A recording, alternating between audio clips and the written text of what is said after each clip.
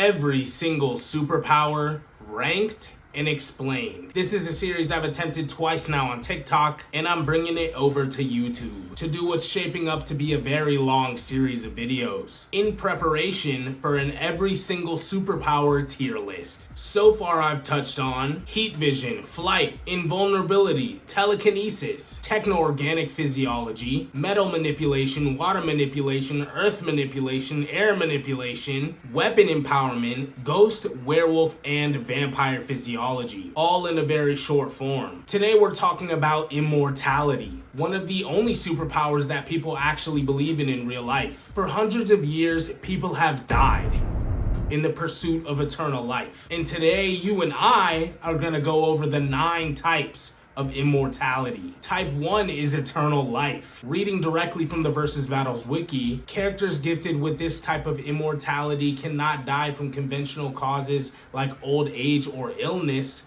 but can die to unconventional causes, as long as you don't choke on your bacon, egg, and cheese or get into a car crash. Notable characters with eternal life include Captain Jack Harkness and Lady Me from Doctor Who. Only those two technically have a different type of immortality because they can't be forcibly killed. They would just regenerate. Elrond from The Lord of the Rings is over 6,000 years old and still looks like this. And if you shot him, he would definitely die. But the elves do age, just very slowly, making him an example of supernatural longevity rather than eternal life. Maybe someone like Peter Pan or maybe Selene from the Underworld series. They both never age and could be killed by unconventional means. But no, those two are immortal because they're already dead. Do you see where I'm going with this? I'm sure that when I start getting old, my opinion on the prospect of never aging will change, but in this context, eternal life is the most basic form of immortality. Characters with this degree of immortality can indefinitely survive injuries that would be lethal to a normal human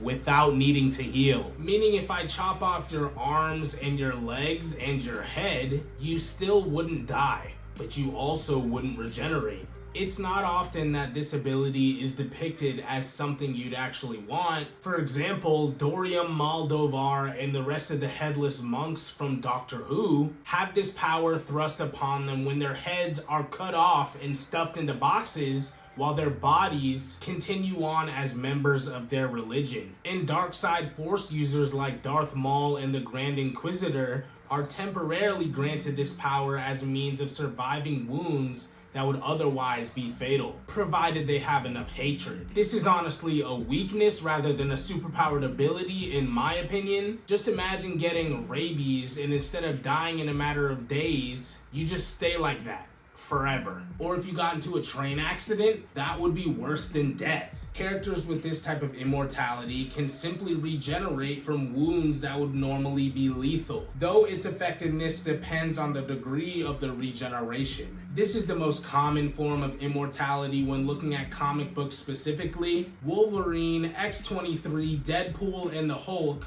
are all functionally immortal as a direct result of their ability to regenerate from massively lethal damage. And if your body can't heal from something like cancer, then it'll just keep you alive as a walking tumor. Captain Jack Harkness and Lady Me, the two characters I mentioned in section 1, are great examples of regenerative immortality, both of whom spent hundreds of thousands of years outliving our sun and even the universe itself because of this ability. In combat, this is basically as good as it gets. The Wolverine from Marvel Comics does have the advantage of an adamantium skeleton, but the thing that keeps him from dying after being rammed by a B-2 stealth bomber, having his heart torn out, or having a nuclear bomb dropped on his head is his regenerative healing factor. That being said, a healing factor doesn't always equate to regenerative immortality. In fact, it usually doesn't. Even Captain America and Spider-Man have healing factors, but they're nowhere near strong or fast enough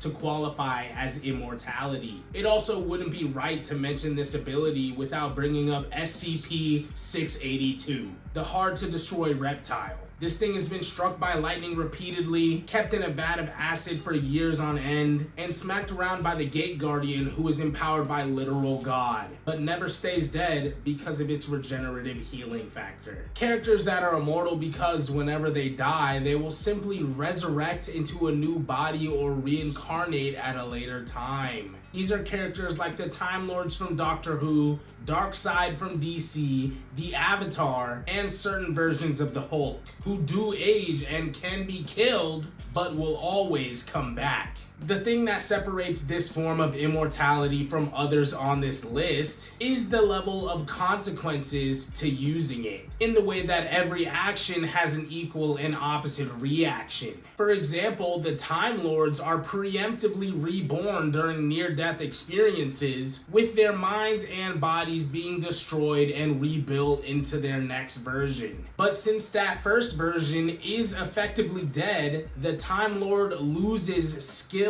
memories, and even physically innate abilities from their prior incarnations. The Avatar spirit is immortal, and all the past avatars live on within the current avatar, but upon resurrection, you literally hit the reset button on life and go back to being a baby, as opposed to someone like Jason Voorhees or the Hulk, whose souls go to hell and back almost immediately to resurrect the original body. Characters who exist unbound by life or death, or do not exist at all, and thus cannot be traditionally killed. This type of immortality is a little bit tricky to explain. It could easily be confused with a few other types of immortality on this list, but it specifically applies to characters who are unbound by life and death. Characters with immortality via reincarnation or resurrection have to be killed in order to activate that ability. But users of this ability will never be killed because that concept doesn't matter to them. The Gate Guardian from the SCP universe is a perfect example of this. Even if you could withstand the might of its sword, you could never actually kill it because it was never alive. It's an expression of the power of God in this universe. Character like Doctor Who's the Toymaker are granted this ability as a byproduct of their dimensionality. The Toymaker is entirely ungoverned by any concept in our reality outside of fun and games, which includes death.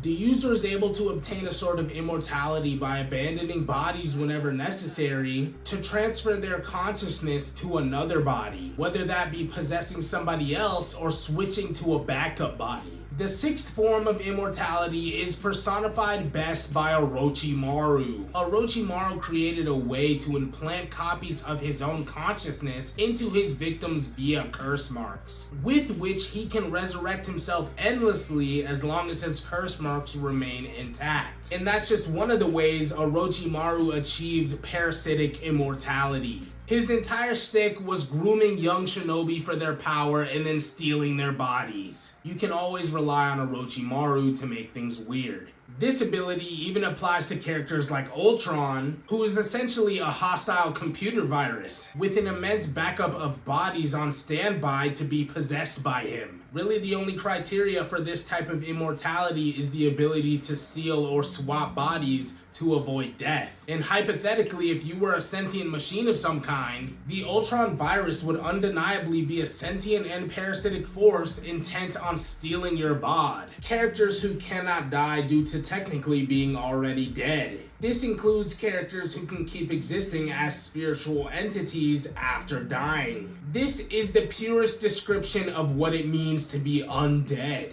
The inability to die due to already being dead, like Dracula or Jason Voorhees or every Edo Tensei in Naruto, just like it says in the definition. This form is commonly coupled with other forms of immortality. Most commonly, regenerative immortality, resilient immortality, and immortality via resurrection or reincarnation. The Cenobites from the Hellraiser universe are unkillable because they're essentially these perverted hellspawn. Killing them is the same as letting them clock out early without doing side work. They also generally don't care about physical trauma. In fact, they actually enjoy it. And their demonic nature grants them nigh infinite regeneration via their ability to manipulate their own forms. Ghosts, wraiths, and other more spectral undead usually come with any combination of flight, telekinesis, telepathy, or invisibility, supernatural senses, and even dimensional travel. So this is easily one of the most versatile types of immortality, as it almost always comes with at least 2 other abilities. The character is benefited by 1 or more types of immortality as long as a